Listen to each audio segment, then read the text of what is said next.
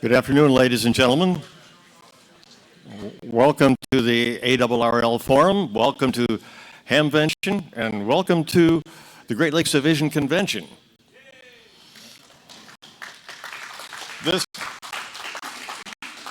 As you know, this is the year for amateur radio's volunteers. We're all active as volunteers. We're club officers participating, yes, class instructors. We give examinations. And we all make sacrifices to do this, to be on the air, time away from our families and friends and other relationships, to be active as volunteers. And I want to thank you, each and every one, for doing that. Certainly, amateur radio is not a spectator sport. We're all participants in it, and it is a contact sport. In the Great Lakes Division, when we have our conventions, we are fortunate to give awards to various noteworthy amateurs who have been active in the hobby. Sometimes it's to radio clubs for their activities, and sometimes it's to clubs for their newsletters. But because of the activities we've had at Hamvention this year and everything is so busy, we've just slimmed it down to one particular award. And this is an award for the Young Radio Amateur of the Year for the Great Lakes Division. And I'm going to get about 3 sentences into this, and the person that wins it is going to be aware of it. But this person's been an active driving force in getting other youth licensed. She was licensed in 2019 at age 10, and within 3 months had progressed to extra class. She's been president of her school club for 4 years. During the pandemic, she learned CW from the Long Island CW Kids CW classes. She's now a youth director for their intermediate and advanced youth classes, volunteering a few hours a week since August of 21. She was a 2022 ARRL presenter at Hamvention, attended Youth on the Air camp at Voice of America Museum in June of 2022. She attended the Huntsville Hamfest in 2022 and was a Carol Perry Youth Forum presenter in February 23 at Hamvention. She will be the Carol Perry Youth Forum presenter at this year's Hamvention. She's an active member of LARA, a local club where she attends meetings, participates in fox hunts and field day operations. Being the president of her school club, KWPS, she teaches and encourages other students to earn their license and is directly responsible for 4 new youth licensees. She mentors students in school clubs and roundups and has led her school club to a high scores that over the 2019-22 school years. You also find her active on 20 meters, adding to the logbook and QSL card collections. She's looking forward to attending the YOTA camp in Ottawa Hills this summer and teaching a CW session to her fellow campers. She's also a 5-year member of the Young Amateur Communication Ham team, the yacht team, that meets weekly on the Echolink. She attends as many Hamfests as she can, and she's trying to recruit other licensed youth to YOTA and yacht, where they will find other kids who can mentor them in many areas of amateur radio. So I'd like to call up Kathleen Campbell, KE8LQR, and commend her for all of these efforts. Absolutely outstanding.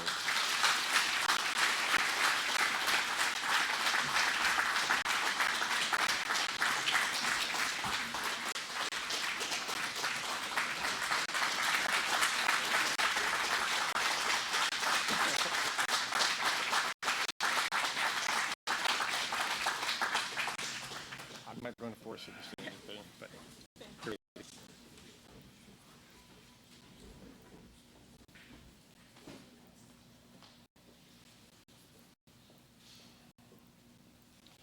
We've got 4 presenters for our forum this afternoon. We're going to start out hearing from John Sager, WJ7S, who is our ARRL treasurer. And following John's presentation, we'll hear from Bob Nauman, W5OV, who's going to talk a little bit about LOTW and maybe a little effort on radio sport. Then we'll hear from the Chief Executive Officer, Dave Minster, NA2AA. And to wrap things up, we'll hear from our president, K5UR, Rick Roderick. So to start out with John, it's up to you, and just you can hand it off to the next speaker.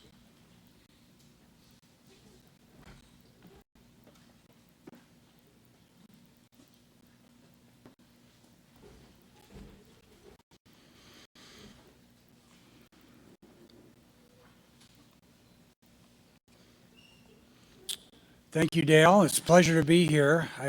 First thing I need to do is introduce myself. I'm John Sager.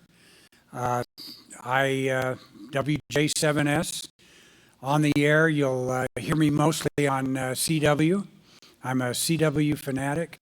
Ham radio is one of my passions, and the financial markets are another one of my passions. So I was able to combine the two of them together. I'm very pleased to be associated with the league and to support the mission of the league, which I'm very passionate about. So glad to be here.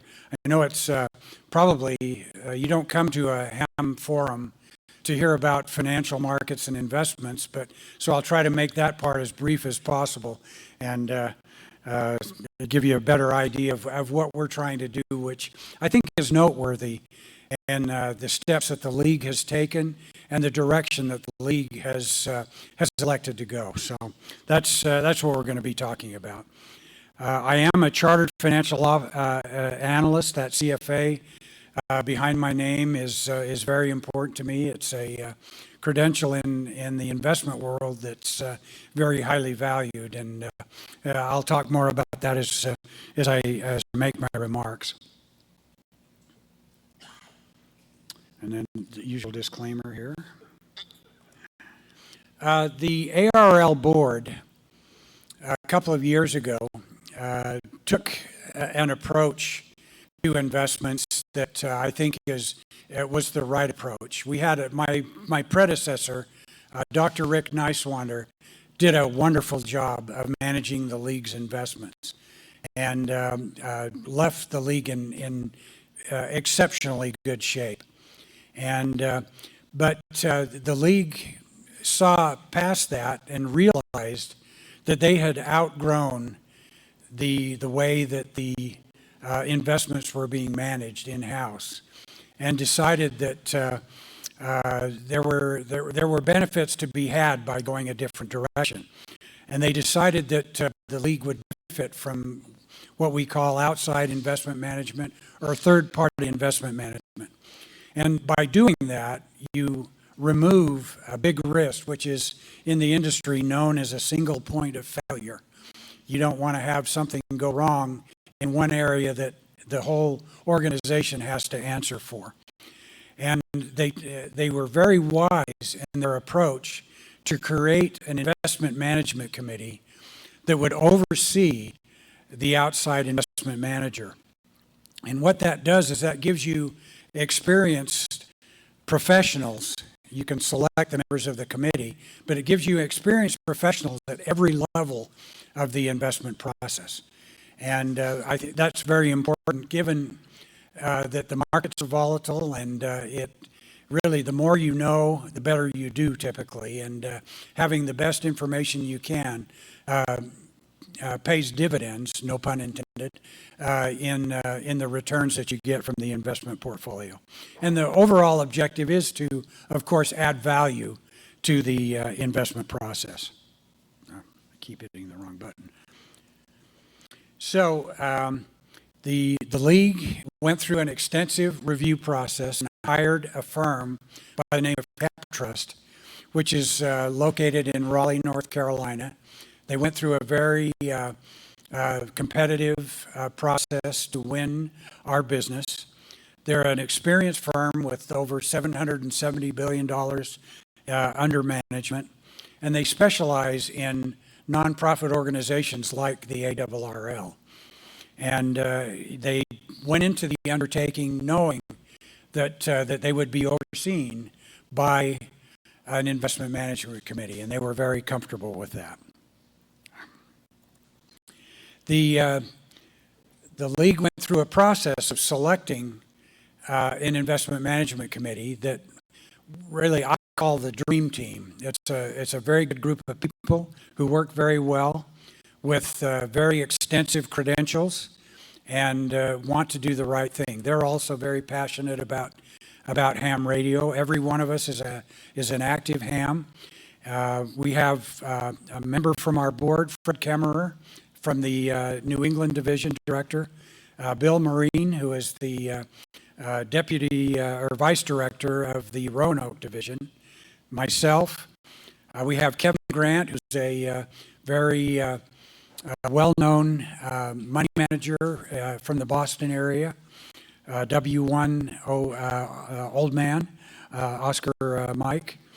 We have Steve Fusi, KC1 OP, who is also located in the Boston area, and Mike Elliott, who's a treasurer of a very large multinational, I call it a defense contractor, KK1MM, and we have different terms for each member.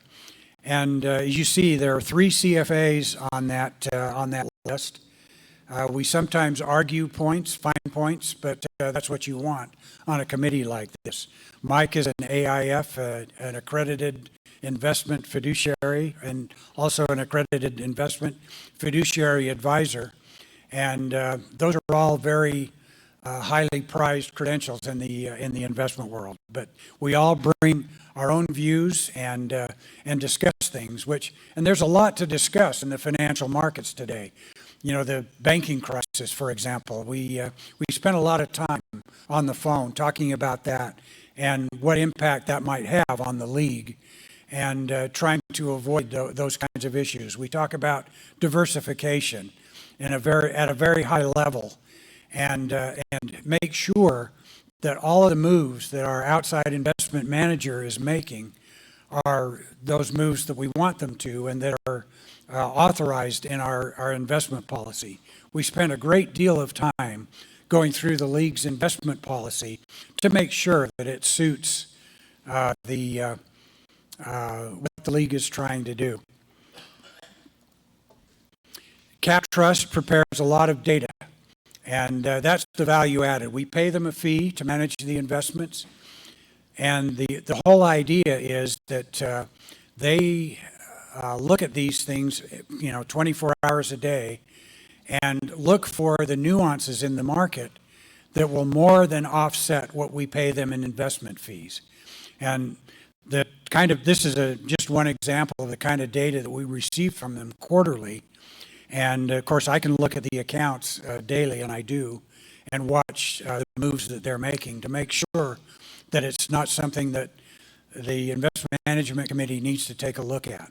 So this is an example. This is a report as of last December, and you can see, the amount that's shown there. The league has a substantial amount of money.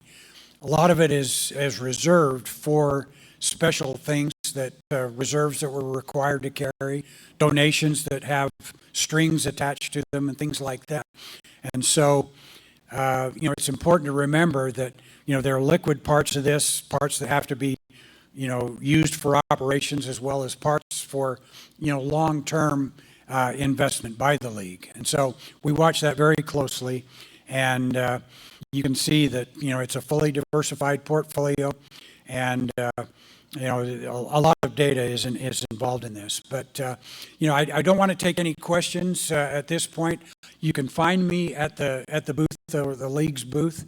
I don't want to cut into other people's time, but be happy to talk about this in detail if you would like to do that as we go through the Hamvention. And we're investing in the future of the ARRL and amateur radio. you know, a lot of you have heard that we're looking at, you know, the revenue of the league and the expenses of the league. And, you know, while we do have, you know, fairly deep pockets, if the operational scenario goes the wrong direction, you know, it impacts the league and the membership of the league. This is the members' money, and we're very careful, and we take it very seriously and have a fiduciary responsibility to make sure that the league is there and continues to operate in the future. So we're heavily invested in this process, and you're invested in seeing the long-term success of the league. And with that, I thank you for the time, and I'll turn it back to, Bob Nauman, who will take the presentation from here. Thank you.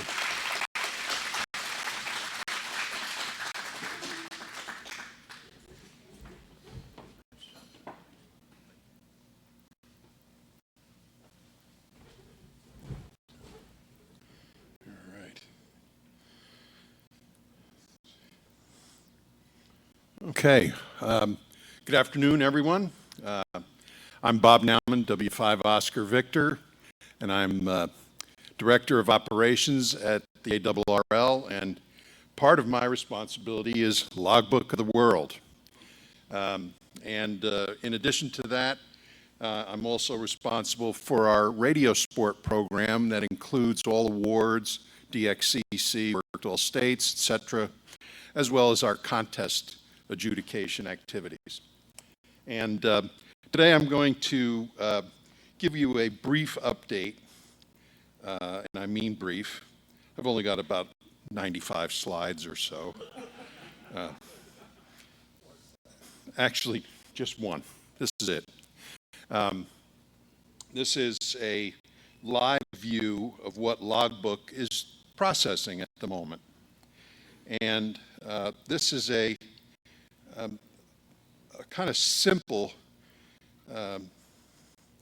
visual of what's going on. The upper few rows are files that are currently being processed. I'm sure they're already done by now. This is unfortunately not a live updating screen. Maybe someday we can get that, because it'll be much more interesting to see things pop, pop, pop, pop, you know, gone, you know. Like I can demonstrate that right now. Boom.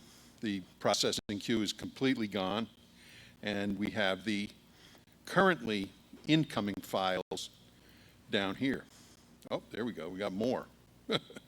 So it's growing constantly. This is something that a lot of people don't understand, is that the input of new QSO records to LOTW literally never stops.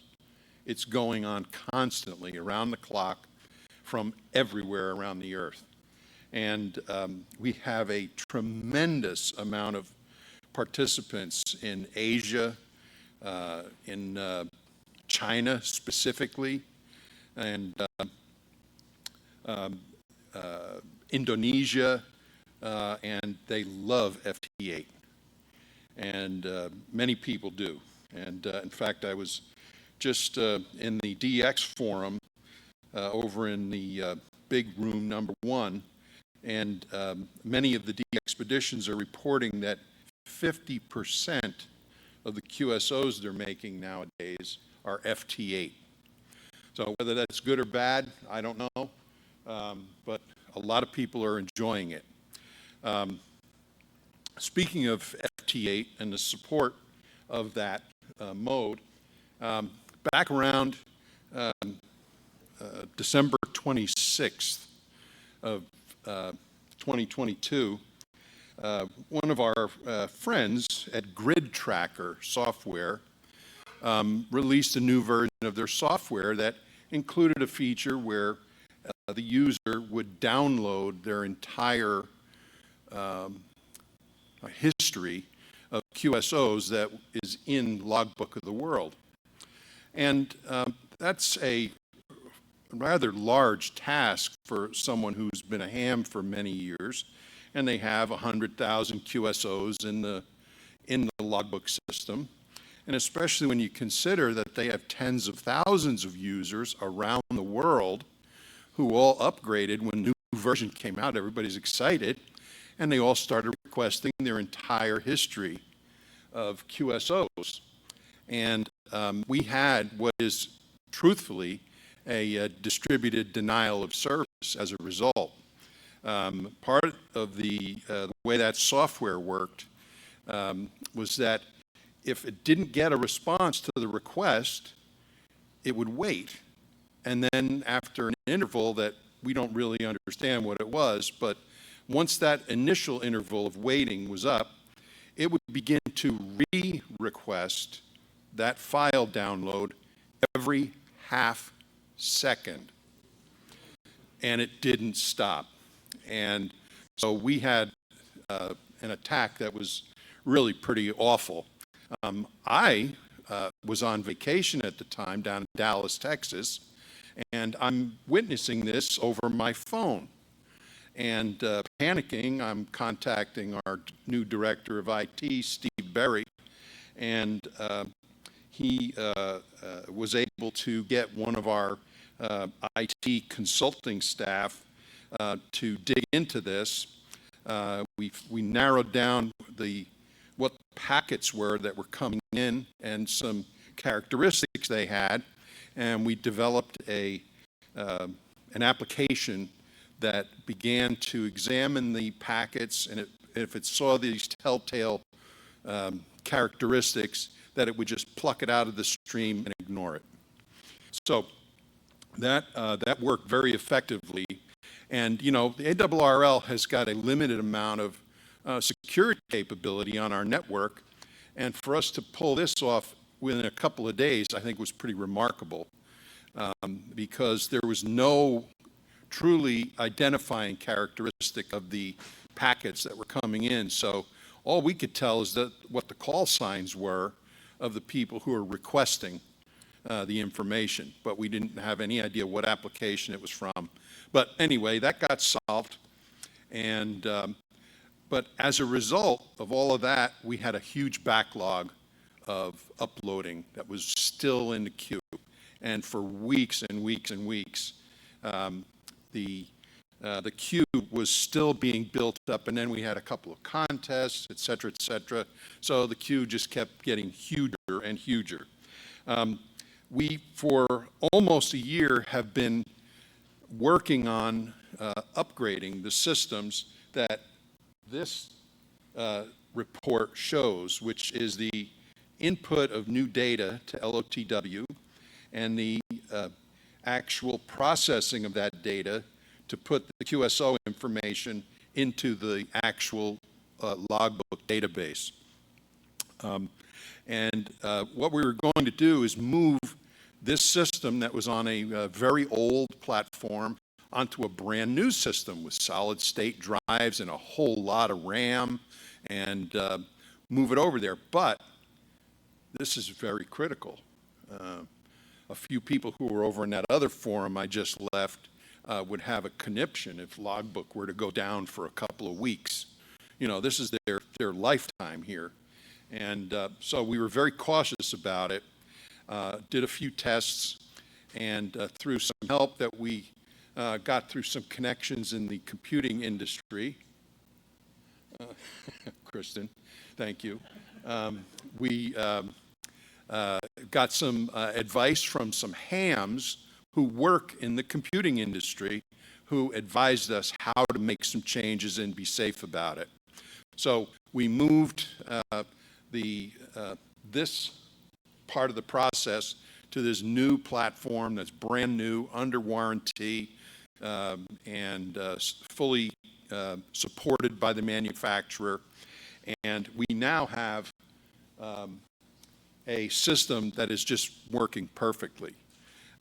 Basically, the way it works is, as you see, the bottom list there, those are the files that have come in since the top of the last minute as uploaded files from users.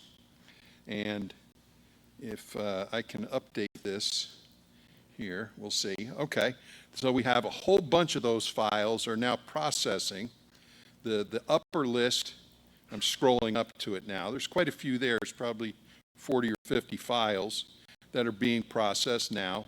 And down at the bottom, there are more coming in. As I said, they never stop. Depending on where we are in this processing, we're going to see a remarkable change in the way this looks. And, oh, look at that. All of that work is done. So now we're sitting, waiting for more files to come in, which will begin processing. Once the seconds gets up to 59, goes to 0, it says, okay, give me more work to do. So contrary to the way it used to work, where we had more files we could handle all the time, we now have more time than we need all the time. So it's working incredibly better than it was. So it has given me a whole lot of reason to get more sleep at night. And not only that, the discussion of my participating here took place before we made this improvement.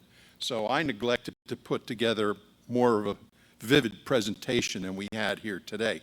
But I just want to let everybody know that Logbook is working wonderfully right now, especially compared to the way it has been for the last 2 years, where we've made improvements, but that's all fixed. And so we're good to go. For the future, we are working on putting together a team to envision what we're going to do and what type of software will be used, and the database platforms and so forth. And that's all to come. And for now, this platform, the legacy system, is working well enough that we can basically just let it do its thing, and we really don't need to put any energy into keeping it going. I'm pretty confident that we're going to get there, and hopefully in the short term, and by that I mean in less than 5 years. We'll see what happens. But I would like to, in case anyone has any questions, I'll be glad to answer them if I can. Yes, sir. Two questions. One question, an important follow-up.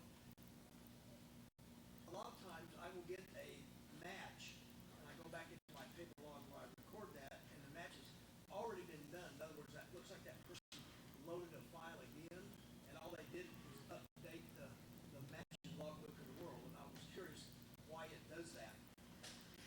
Well, they may be changing some insignificant piece of data related to the QSO. Perhaps they didn't have the grid square in it or something to that effect. And it's a perfect segue into the second question. Yeah. I had a 10-meter match in Nebraska years ago, and all of a sudden it disappeared. And when I called whoever answers the phone, they said that person reloaded the log and didn't include the statement, so I lost Nebraska. Yeah, unfortunately, that can happen.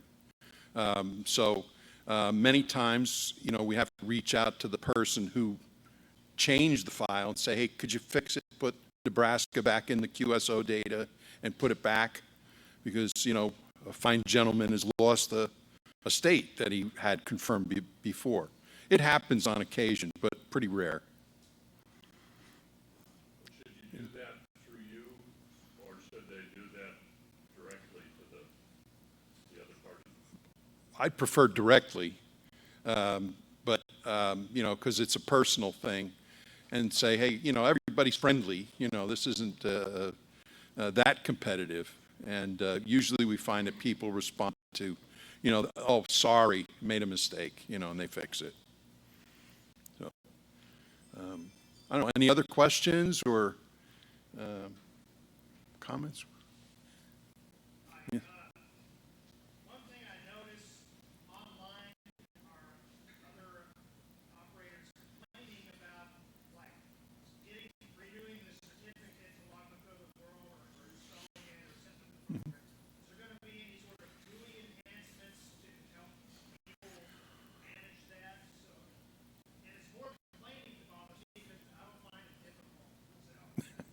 Well, it's remarkable, but there's a lot of people who don't find it difficult. Almost 200,000 of them. But there are some people who have some trouble with it, and we've been discussing some possibilities of moving all of that to a server-based application.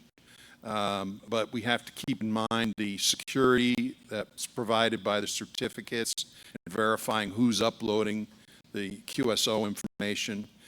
So there's a lot of work to making that happen, but it is something that is being discussed quite a bit within the LOTW operational team. One of the things that we spend the most amount of time doing customer support is exactly what you just described, in dealing with the certificates, TQSL operation. One of the things is that when you request a certificate from a specific computer, that information is encoded in the whole thing. So you can't just go to another computer and re-request that certificate again. It doesn't work that way. So people often have a hard drive failure. And they go down to Best Buy and they buy a new computer and they figure it's great. Oh, load up TQSL, doesn't work. And why doesn't it work? Well, because this is not the computer you requested your certificate on. So we're hoping that maybe we can remove that burden from the end user and perhaps no longer have to have TQSL installed remotely. And I think that would help that quite a bit. That's correct. It identifies you as the rightful owner to the data that you're uploading. Yeah. All right. Yes, sir.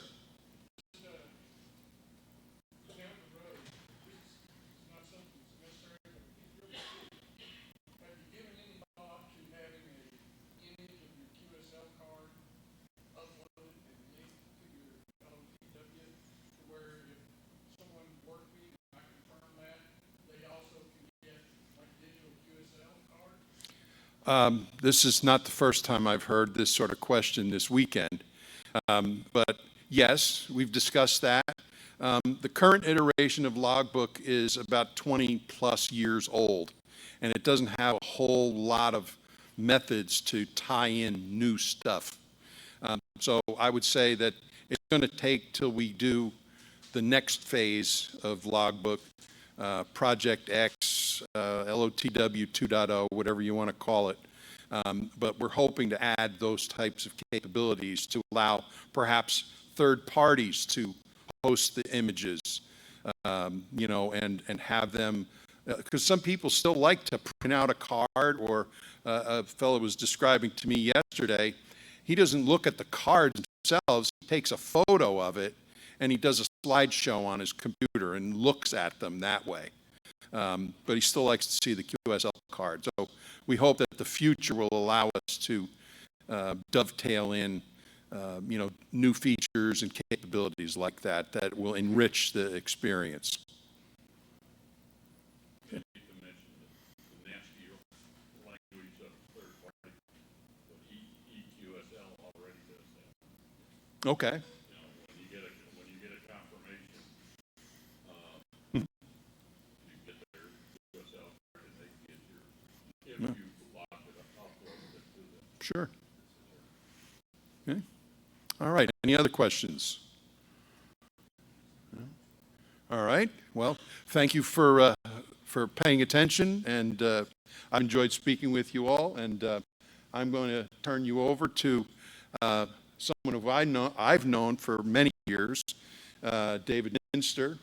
He and I both grew up in northern New Jersey and have been acquainted for many, many years. And he is our new CEO. And David, you're on.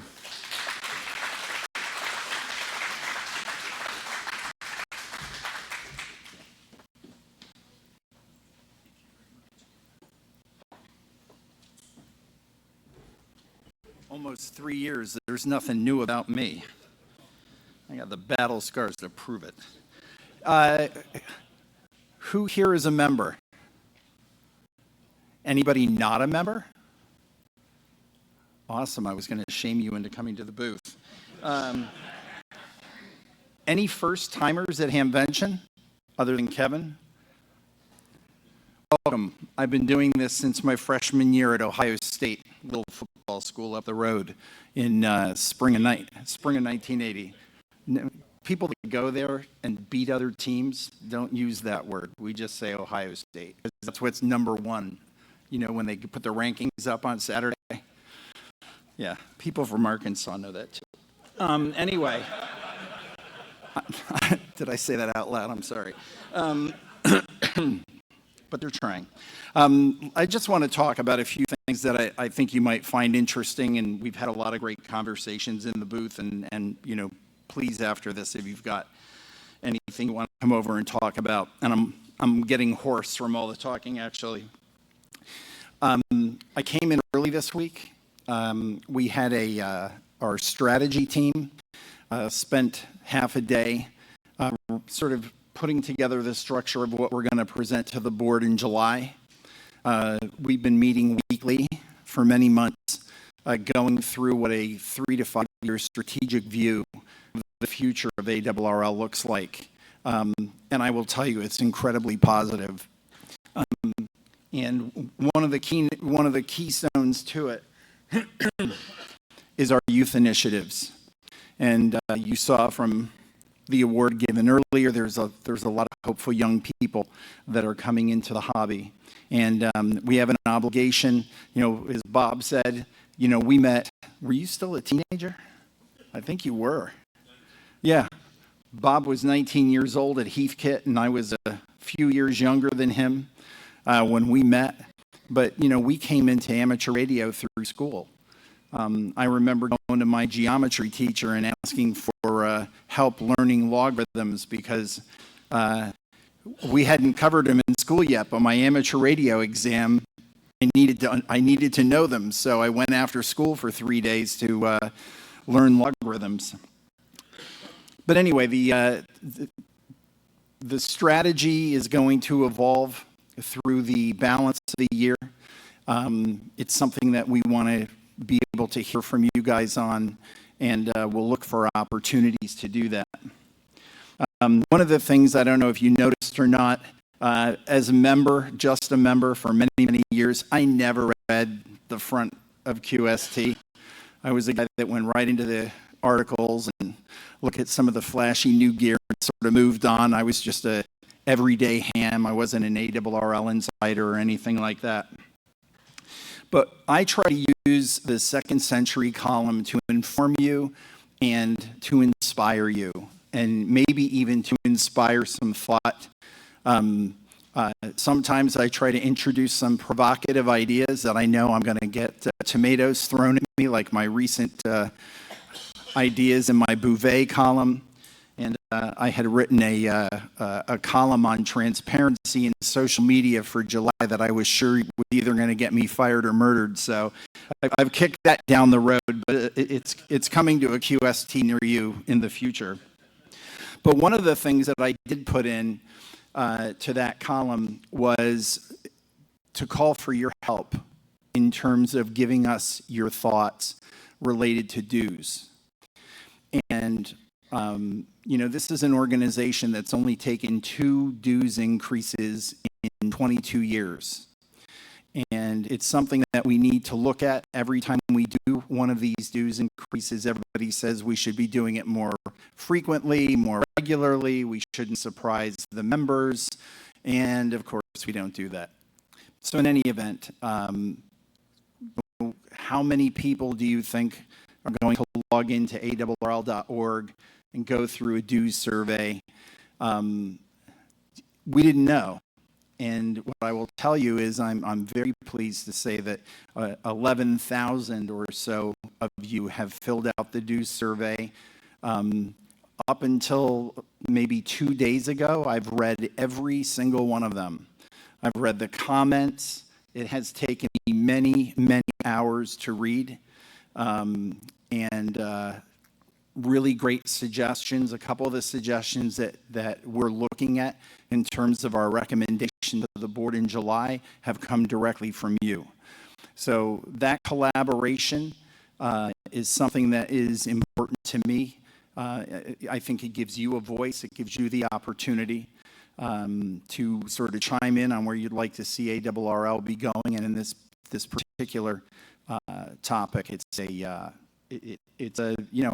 decision that we need to make together.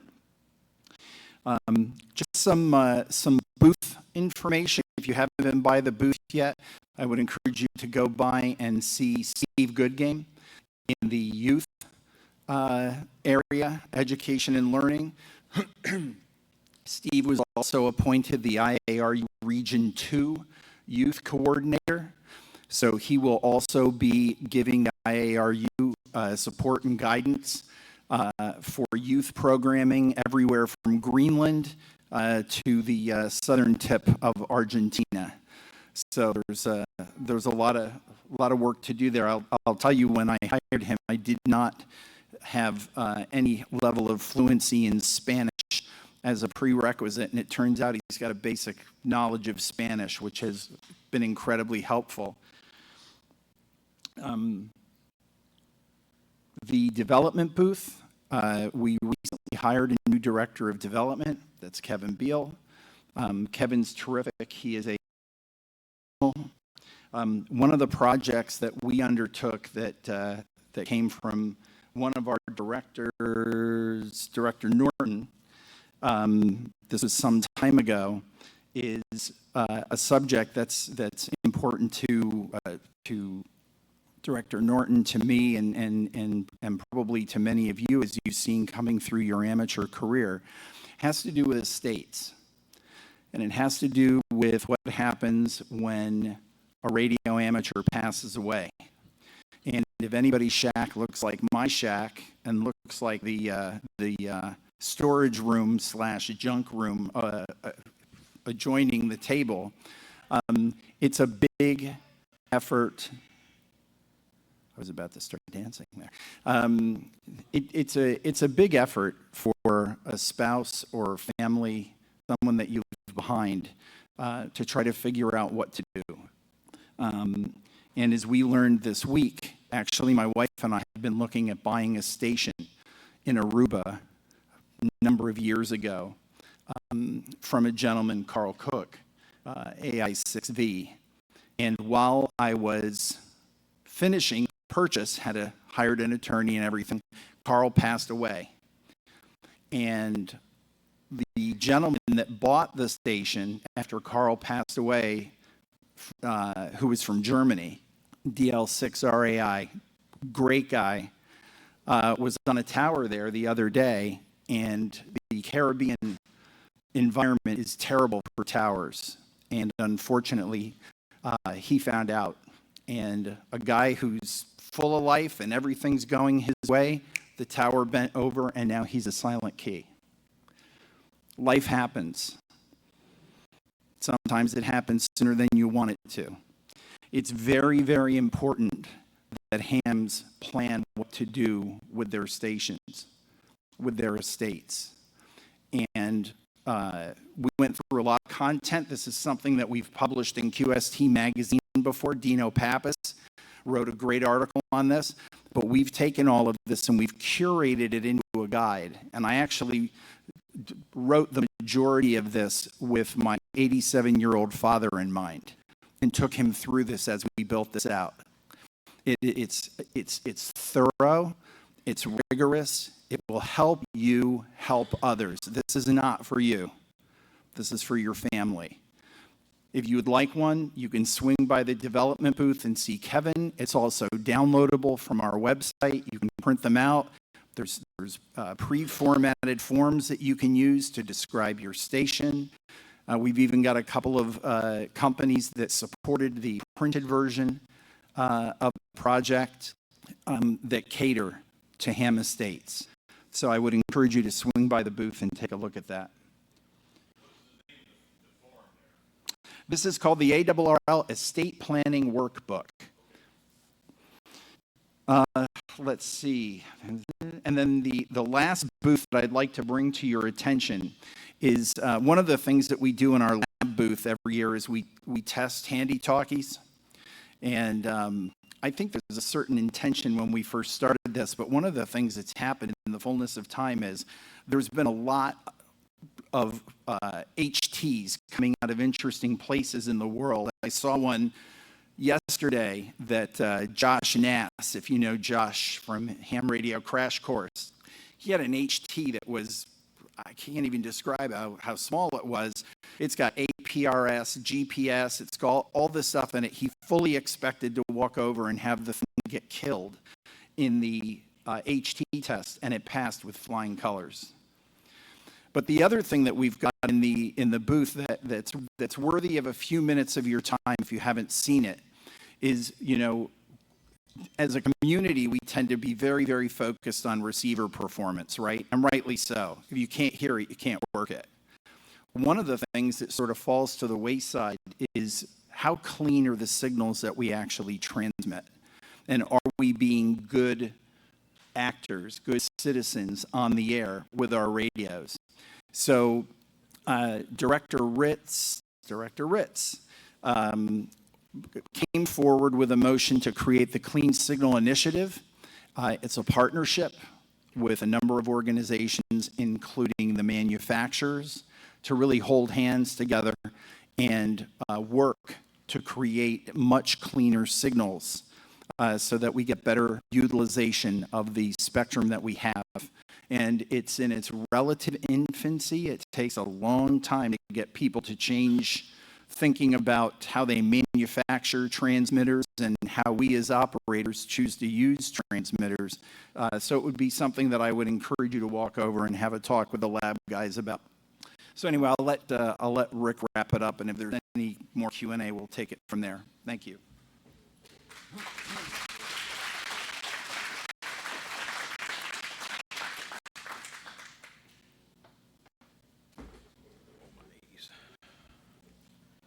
Well, good afternoon, everyone, and welcome to the ARRL Forum. I want to start by asking a question. What have you done for amateur radio this past year?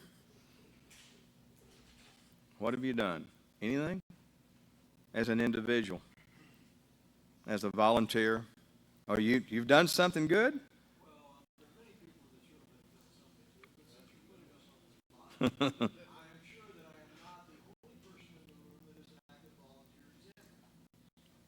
You're one of 30,000 of us. Not asking for anything on me, because I'm sure there's people that are more active than I am, but you've got people out there that at least every month they're testing and making videos.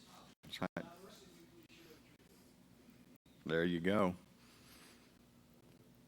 Go ahead. Classes, got 3 text licenses and 8 people upgraded to 2. Very good indeed. Well, yes, sir. We actually had a person that came in as a novice, walked out as an extra. Wow. That was an awful thing. That is very good.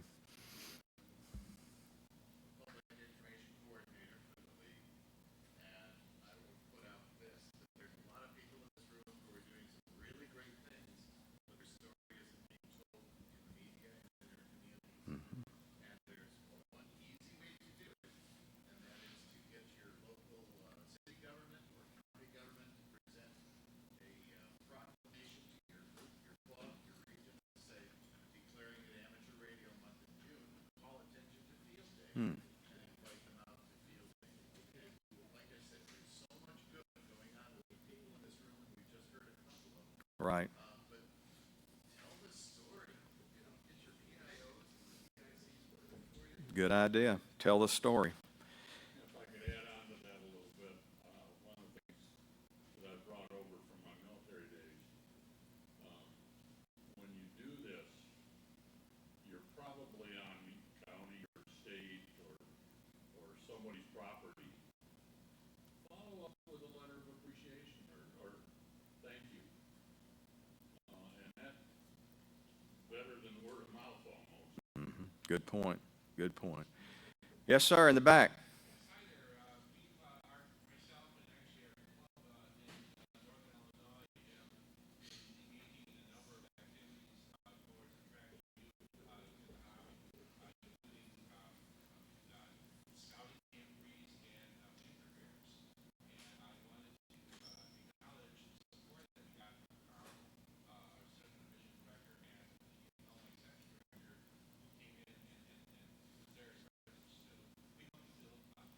Very good indeed. Well, yes, sir. Get involved with our local health department, doing drills, ARRLs, and I think you can't help but mention how much Parks on the Air has increased on the air activity. That's right. Sure has, Parks on the Air. Well, I wanted to ask that question because you remember last year I stood up here and I went through the organization, the ARRL's organization, the board level, and the field organization, you'll recall, and I challenged everybody to become a volunteer. You know, the section managers in our field organization have 21 different positions that they can appoint people to that want to volunteer. And I challenged all of you in here to come back in here and tell a success story, to come by the ARRL booth, come in here, share your stories with each other about what you've done, what will have been done by the time we get together this year. If you haven't gotten a success story, then, I just hit the button up here, sorry about that. Then maybe you'll come back next year and share one with everyone, and I'd challenge you to do so. You know, the matter of being a volunteer, not just with regard to ARRL positions, is also has to do with being active in your club, you know, like you were talking about back there in the back. Back when I was just coming through the ranks, just got my license in ham radio, and I lived in a small town, and our club only had like 15 members. And I remember riding my bicycle, and only about usually 6 or 7 came to a monthly club meeting. And I rode my bicycle down there, you know, every month and go to a club meeting, and there'd be 6 or 7 folks, and I was just a teenager, about 14 years old or so, I guess. And they were all older, you know. And if I missed a club meeting, my dad would be getting a phone call the next day. They'd say, Ricky didn't make it to the club meeting last night. We want to make sure he comes to the next one. We will come pick him up. Now, in today's world, I'm not sure that would be as much as acceptable. But the point is those Elmers, that we were called back then mentors today, they made an investment in me. They didn't give up on me. They put me under their wing, put me on their shoulders, and they made sure I didn't leave. You know, one of the statistics that Fred and some of his work has indicated in our surveys, like technicians, you know, 51% of the amateurs are technicians. They're not like me, an extra. They probably don't give a hoot about working DX and stuff like I do. But more than half of the hams are technicians, all right? Well, our studies have indicated about 4 out of 5 of those technicians that get a license, they're inactive after 1 year.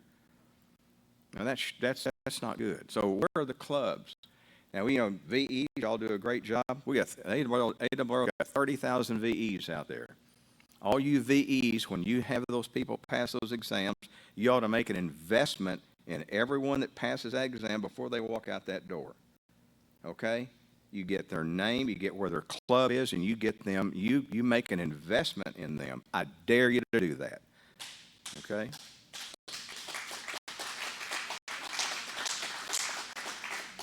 I was at Visalia a couple of weeks ago, really great event out there, and I was alarmed by something that happened because it was very telling to me. But you know, David and I are at the ARRL booth a lot, and we talk to a lot of people, and we hear stories about how, you know, Hamfests are dying and clubs are going down and this kind of thing, you know, and we've really been working hard on that, you know. We've got a new Emergency Communications and Field Services Committee, standing committee that we created a couple of years ago. In fact, Director Williams is in charge of that, you know, geared towards looking at clubs and our field organization and reemphasizing initiatives out in the field, you know, to try to bring back a higher level of commitment out there to the field organization, including Hamfest as well. But what was alarming to me is I had several people walk up to me, and we're talking about Hamfest and all that, and they're looking at me and they say, Rick, I'm tired. I'm tired. Now, these are people who've been a president of their club. How many times, y'all? Y'all know what I'm going to say, don't you? 4 or 5 times, because I bet some people like in here are just like the one I just described. They're tired.